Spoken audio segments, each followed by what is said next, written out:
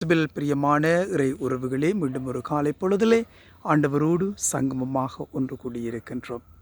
இன்றைய திருப்பாடல் ஆசிரியரோடு நாங்கள் ஆண்டவரோடு பயணமாகவும், ஆண்டவரே உமது முகத்தையே நாடுகின்றேன், ஆண்டவரே உமது முகத்தையே நாடுகின்றேன்.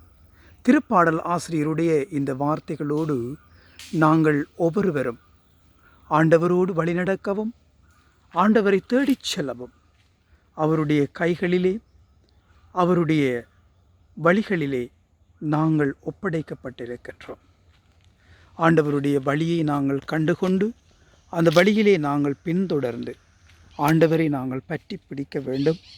ஆண்டவரோடு உரையாடி உறவாடி மகிழ வேண்டும்.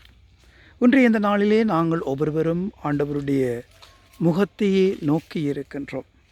ஆண்டவர் எங்களுக்கு பரிவு காட்டுபவராக இருக்கின்றார், அன்பு காட்டுபவராக இருக்கின்றார், எங்களை அரவணைப்பவராக இருக்கின்றார், எங்களை தன்னுடைய வழியிலே அழைத்து செல்பவராக இருக்கின்றார். ஆண்டவருடைய சாயலையும் ஆண்டவருடைய பிரதிபலிப்பையும் கொண்டிருக்கக்கூடிய நாங்களும் எங்களோடு வாழ்பவர்கள் மத்தியிலே நல்ல உள்ளம் கொண்டவர்களாக எங்களுடைய வாழ்க்கையை நாங்கள் வாழ முன்வர வேண்டும். பண்போடு பாசத்தோடு நேசத்தோடு வழிநடக்கின்ற உள்ளங்களாக எங்களுடைய உள்ளங்களை ஆண்டவருக்கு நாங்கள் ஒப்பு கொடுத்து வாழ முன்வர வேண்டும். நான் என்ற வார்த்தைகளை விட்டுவிட்டு நாங்கள் என்ற வார்த்தையிலே எங்களுடைய வாழ்க்கையை நாங்கள் வாழ வேண்டும். இம்மானுவேல் என்றால் கடவுள் நம்மோடு என்பது பொருள்படுகின்றது. கடவுள் எங்களோடு பயணித்து கொண்டிருக்கின்றார், எங்களை வாழ வைத்து கொண்டிருக்கின்றார், எங்களை எப்பொழுதுமே கரம் பிடித்து தன்னுடைய வழியிலே வழிநடத்தி செல்லுகின்றார்.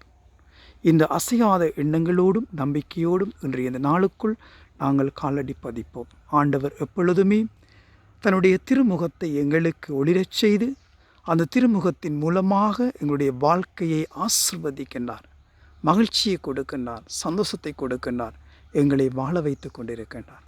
அதே போன்றுதான் நாங்களும் எங்களுடைய வாழ்க்கையிலே எங்களோடு வாழ்பவர்கள் ஒவ்வொருவரையும் நாங்கள் ஏற்றுக்கொண்டு அன்பு செய்து அவர்களோடு அவர்களாக நாங்களும் வாழ இன்றைய இந்த நாளுக்குள் காலடி பதிப்போம். அன்னை மரி மூலமாக ஆண்டவருடைய பாதையிலே செல்லவும். எல்லாம் வல்ல இறைவன் தந்தை, மகன், தூய ஆவி உங்கள் அனைவரையும் நிறைவாக ஆசிர்வதிப்பாராக.